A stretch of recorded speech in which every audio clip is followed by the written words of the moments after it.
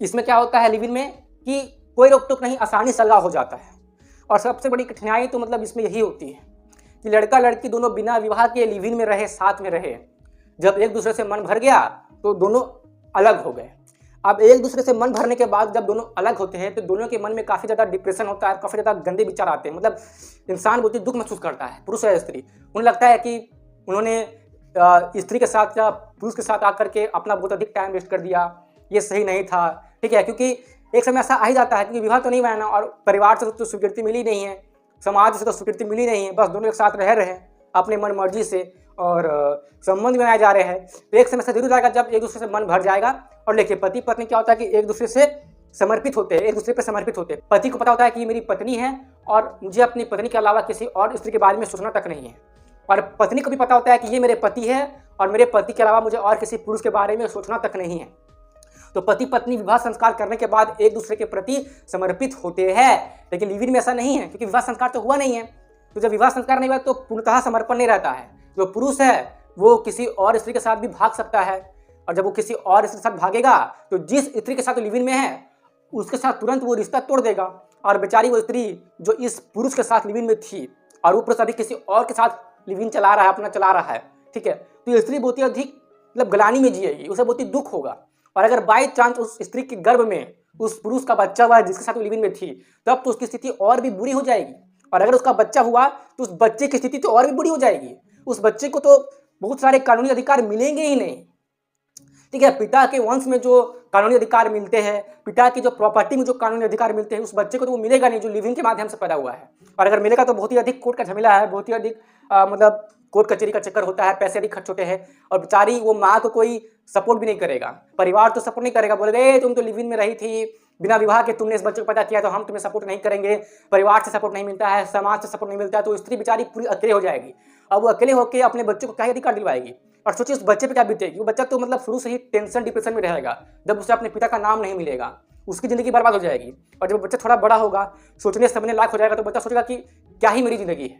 वो अपने आप से घृणा करने लगेगा कि उनके माता पिता ने उन्हें अवैध रूप से जन्म दिया है। अब आज के भारत के कानून की दृष्टि से तो लिव इन कोई अपराध नहीं है, यानी कि कानून लिव इन को एक अपराध के रूप में तो नहीं दिखता है। ठीक है, कानून की तरफ से लिव इन की स्वीकृति मिली हुई है, लेकिन और कुछ मतलब कानून अधिकार भी मिले हुए हैं लिव इन रिलेशनशिप को। लेकिन जिस तरह से कानूनी अधिकार एक पति पत्नी को मिलते हैं, उसके बच्चे को मिलते हैं, जो मतलब पति पत्नी से जो बच्चा उत्पन्न होता है विवाह संस्कार के बाद, तो उस बच्चे को पूर्णतः वैध माना जाता है, वैध जायज बच्चा, तो उसे तो पूर्णतः कानूनी अधिकार मिल जाते हैं। पत्नी को पत्नी होने का पूरा अधिकार मिलता है, कानूनी रूप से भी और सामाजिक और पारिवारिक रूप से भी।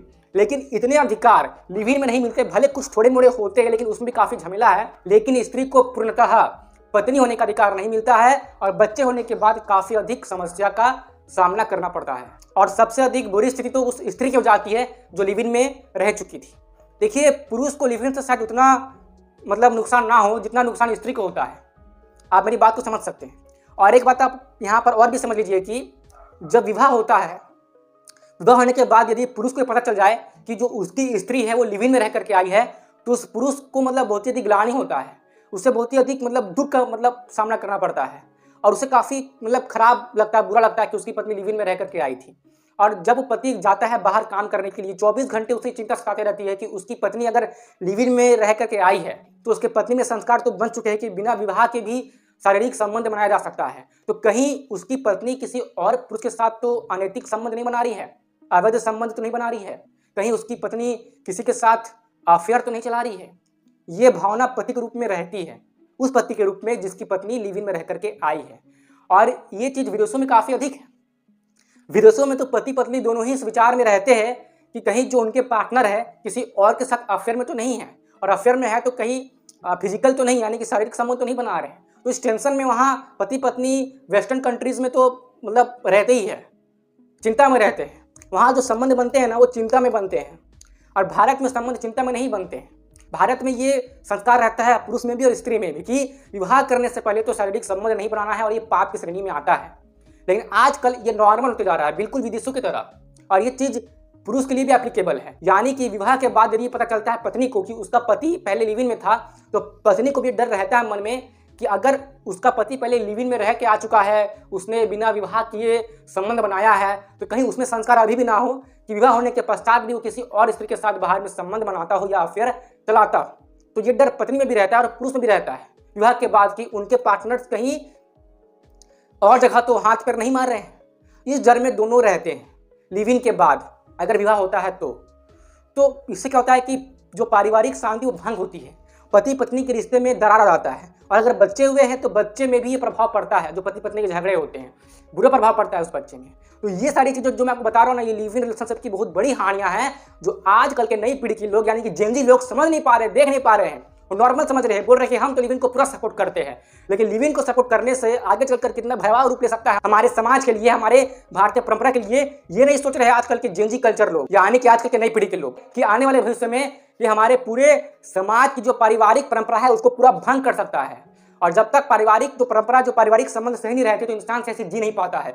इंसान चाहे अपने करियर में कितना भी ऊपर क्यों ना पहुंच जाए, लेकिन जिस इंसान का परिवार सही नहीं है, परिवार के संबंध सही नहीं है, तो वो इंसान चाहे कितना भी करोड़पति क्यों ना हो, वो चैन सुख से नहीं रह पाता। अरे भले थोड़े बहुत कम पैसे आ रहे हैं लेकिन परिवार में सुख शांति है, परिवार के सभी संबंध अच्छे हैं, तो कम पैसे में भी परिवार काफी अधिक खुशी से चलता है। आज से 20-30 साल पहले लोग संयुक्त परिवार वाला मानते थे परंपरा, लोग ज्वाइंट फैमिली में रहते थे, साथ में रहते थे, कम पैसे में भी पूरा परिवार साथ मिलकर खुशी से रह रहा है। एक ही टीवी है, कोई एलईडी टीवी नहीं है, मतलब समझ रहे आप कि एक ही टीवी में पूरा परिवार साथ मिलकर बैठ के देख रहा है, कितना प्यार है। एक ही आंगन है, एक ही किचन है, और एक ही आंगन एक ही किचन में सब साथ मिलकर के खाना बना रहे हैं, खा रहे हैं, कम पैसे में भी सुख से जी रहे हैं।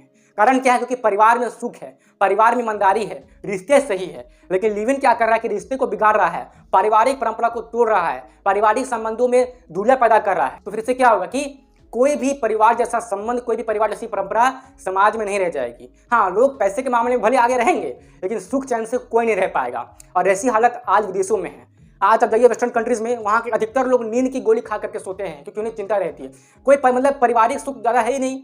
मन किया तो इससे रिश्ता तोड़ दिया, उससे जोड़ दिया, और जब उससे भी मन भर लिया तो उससे तोड़ के किसी और से जोड़ दिया। यानी कि आपने कभी देखा है कुत्तों में, आपके आसपास कुत्ते होंगे ना, तो कुत्ता कुत्ता एक दूसरे के साथ संबंध बनाते हैं, फिर कुत्ता किसी और के साथ बना रहा है, फिर कुत्ता किसी और के साथ बना रहा है, वो कुतिया बेची करती है। नहीं, पशु में क्या होता है, किसी के साथ भी संबंध बना लेते हैं, है ना, कभी इससे कभी उससे, कभी उससे कभी इससे। तो फिर यही चीज़ तो मनुष्य भी कर रहा है। मन भर जा रहा है, छोड़ के किसी और को पकड़ दो। मेरे मतलब लिव इन में पूरे मतलब यही संस्कार बनते हैं कि आज जिससे मन भर के तो किसी और को पकड़ लो अगले दिन। और आजकल तो स्त्री भी ऐसी होती जा रही है, मतलब मुझे तो डर लग रहा है कि क्या ही बोलूँ। स्त्री तो पहले अच्छी होती थी, आजकल की स्त्री भी तो संस्कारहीनता की ओर काफी तेजी से आगे बढ़ रही है। इसके बारे में मैंने कई सारे वीडियो में बात किया है पहले भी। मतलब कि मनुष्य की बुद्धि तीव्र है लेकिन फिर भी मनुष्य पशुओं जैसे कार्य कर रहा है। अरे पशु जैसे क्या, पशु से भी घृणित कार्य कर रहा है। चलिए, पशु में तो उतना बुद्धि नहीं होता है कि किसके साथ कब संबंध बनाना है, इन्हें उतना मतलब ज्ञान नहीं होता है। लेकिन इंसानों को देख लीजिए, मनुष्य को देख लीजिए, पशु से भी गैर गुजरे हो रहे हैं मनुष्य आजकल। मैं क्या ही बोलूं।